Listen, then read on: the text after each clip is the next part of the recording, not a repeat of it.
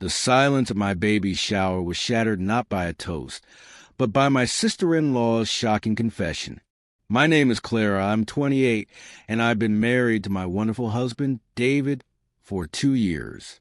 We were high school sweethearts, and after 10 years together, building our careers and home, we were overjoyed to finally be expecting our first child.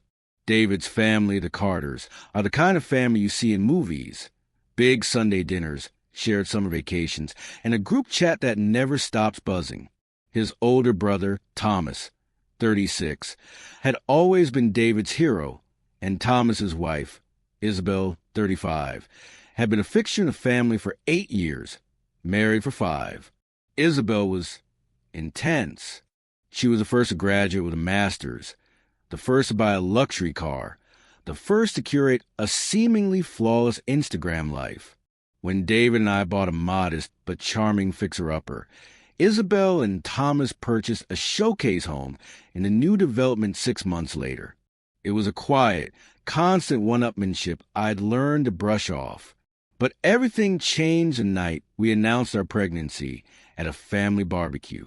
The cheers were deafening, hugs all around, but Isabel's smile was frozen. Her congratulations tinge were brittle.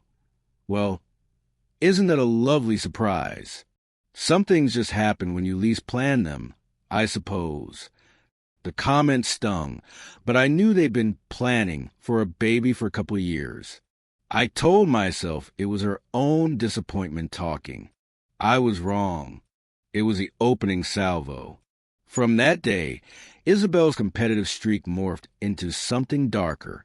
At family gatherings, she lamented loudly about the immense pressure of waiting for the perfect moment to have a child, casting pointed looks my way. She'd ask intrusive questions about my symptoms, then hold forth on her extensive prenatal research, imply my more relaxed approach was irresponsible. She began posting cryptic quotes about patience and destiny on social media. My joyful anticipation became laced with dread every time we had to see them. My baby shower was a sanctuary of calm my mother and David's mother created. It was held in the sun-dappled conservatory of a beautiful botanical garden. The air was sweet with the scent of flowers and cupcakes, and the room was a sea of delicate blues and yellows. I felt surrounded by pure, unadulterated love, finally able to push Isabel's vibes aside. I was midway through opening a pile of lovingly knitted booties when Isabel cleared her throat. She had positioned herself in the center of the room, a glass of sparkling water in hand. "While we're all here celebrating Clara's wonderful news," she began, her voice ringing out, "David and I have a little announcement of our own to share." She paused for effect, her smile wide and triumphant. "We're also expecting, due just a month after you, Clara. Looks like our babies will be best cousins." The room erupted in a second wave of cheers and applause. My mother-in-law's face was a picture of shocked delight. I forced my lips into a smile, my heart sinking. She had stolen the moment, expertly pivoting the entire event's focus. I hugged her, murmuring congratulations, feeling the stiff pride in her posture. But as I pulled back, I saw Thomas. He was as white as a tablecloth, his hands gripping the back of a chair so tightly his knuckles were bloodless. "Isabel," he said, his voice low but cutting to the chatter. "What have you done?" The room fell quiet again, a confused, heavy silence. Isabel's smile faltered. "Thomas, sweetheart, we're having a baby. Aren't you happy?" "A baby?" He let out a short, humorless laugh that was more of a gasp.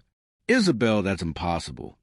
He looked around the room, at his parents, at David, his gaze finally landing on me with an apology, so profound it made my stomach clench.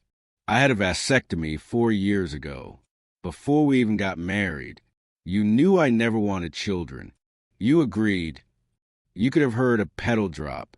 The color drained from Isabel's face, leaving 2 stark spots of blush on her cheeks. Her carefully constructed facade crumbled into raw, unvarnished panic. For a few seconds, she just stared at Thomas, her mouth working soundlessly. Then, with a choked sob, she turned and fled the room, her own mother hurrying after her. Thomas stood there for a moment, a monument of devastation, before uttering a broken, "I'm so sorry, everyone," and walking out the opposite door. My baby shower was over. The beautiful memory was incinerated in that moment of nuclear truth. People left quickly, muttering awkward goodbyes. I sat there, surrounded by half-open gifts, feeling violated, confused, and deeply sad for the earthquake that had just ripped through David's family. The aftermath was swift and brutal. By that evening, my phone was lighting up with furious messages from Isabel. They were a torrent of blame. I had flaunted my pregnancy. I had pressured her into her situation. My perfect little life had made her desperate. She accused me of somehow knowing Thomas's secret and getting pregnant on purpose to expose her. The logic was unhinged. Then the triangulation started. Aunts, cousins, even a few of David's friends reached out with variations of, "Isabel's saying some things. Is it true you stir up trouble?" She was weaving a narrative where she was the victim of my familial coup. David was a rock, shielding me, fielding calls, his own heart breaking for his brother. His parents were reeling, trying to reconcile the daughter-in-law. They thought they knew what the woman who had concocted such an elaborate deception. The stress was taking a toll. My obstetrician gently reminded me that my peace was paramount for the baby. But peace was a distant memory. The fallout entered a new, more sordid phase. Thomas, after a painful confrontation, filed for divorce. The source of Isabel's pregnancy was revealed. A co-worker from her graphic design firm, a man named Robert. The affair had been going on for nearly a year. Isabel, it seemed, had believed she could present the baby as Thomas's, a miracle child, never imagining his long-held secret would be her undoing. Robert, as it turned out, was also married. His wife, Anna, found me on Instagram. Her message was gracious in its shared pain. She apologized for the chaos her husband had helped create, and we shared a long, cathartic conversation. We were two strangers bonded by the shrapnel of someone else's betrayal. She was also filing for divorce. The family splintered. Some stood firmly with Thomas, calling Isabel's actions unforgivable. Others, disturbingly, began to parrot Isabel's twisted justification. Well, Thomas lied, too, about something huge. That must have made her feel trapped. The pressure on David and me intensified. We became reluctant symbols of the conflict. Isabel had moved back in with David's parents, who were trapped in a nightmare of their own making, trying to balance support for their shattered son with a sense of obligation to their pregnant, deeply flawed daughter-in-law. Isabel doubled down on her campaign. She told her parents that my pregnancy announcement was a triggering event that sent her into a tailspin of insecurity. She claimed if we had just been more sensitive to their struggles, none of this would have happened. David's parents, in their confusion and grief, sometimes seemed to entertain this warped logic, asking us in halting tones if we could find it in our hearts to understand her pain. It was infuriating. Even some of David's cousins suggested, with infuriating implication, that we could have been more discreet about our joy.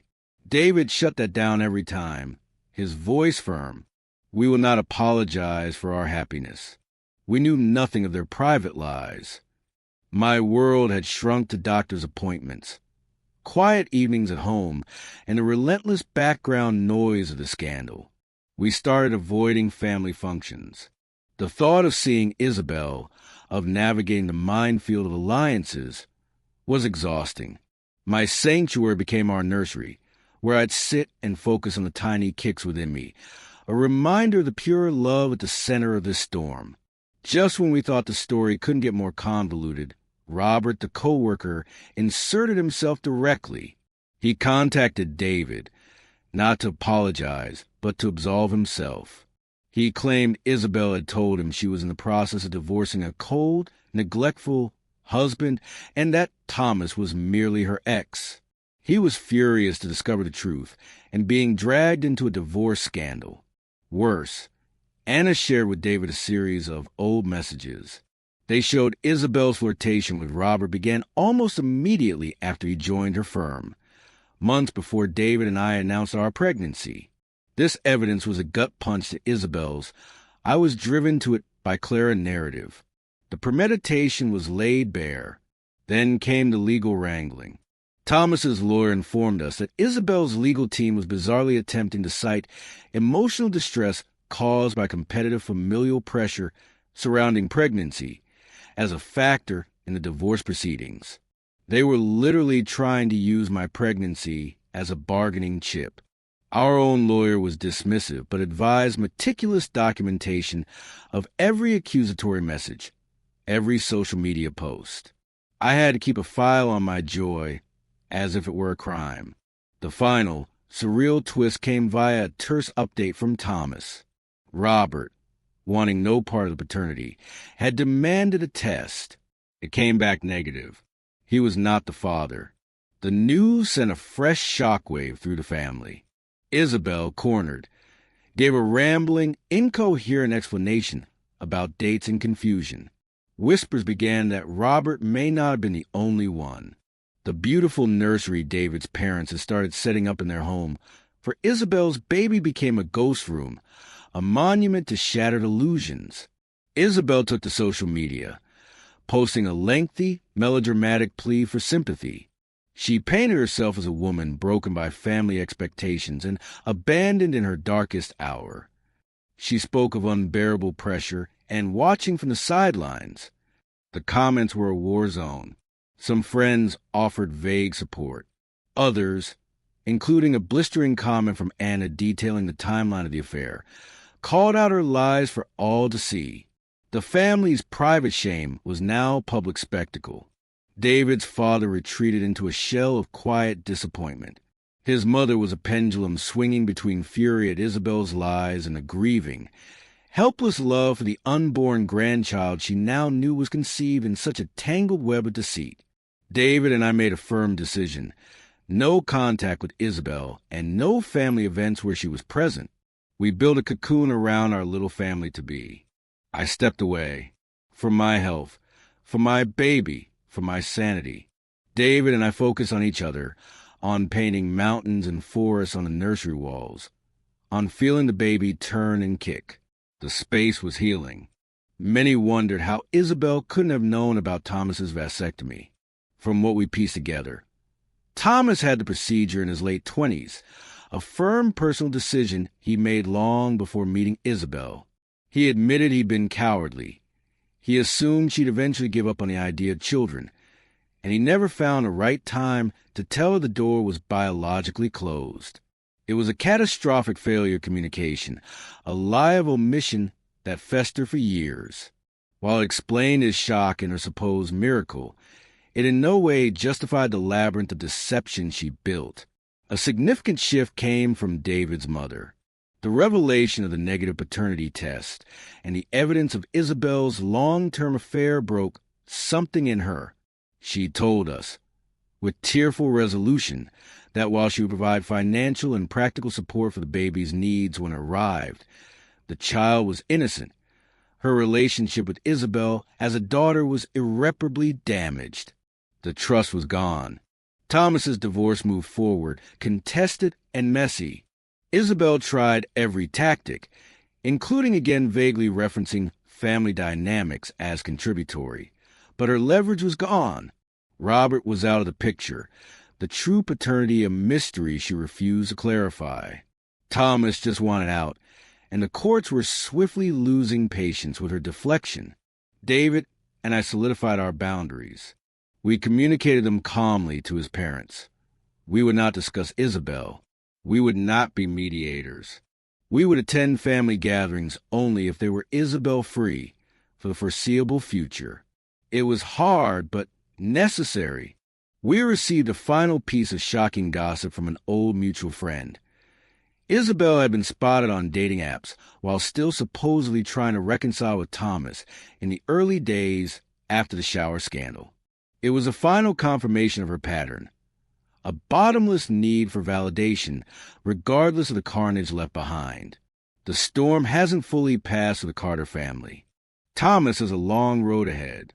David's parents are grieving the family they thought they had. But for David, me, and our soon-to-arrive son, the clouds have parted.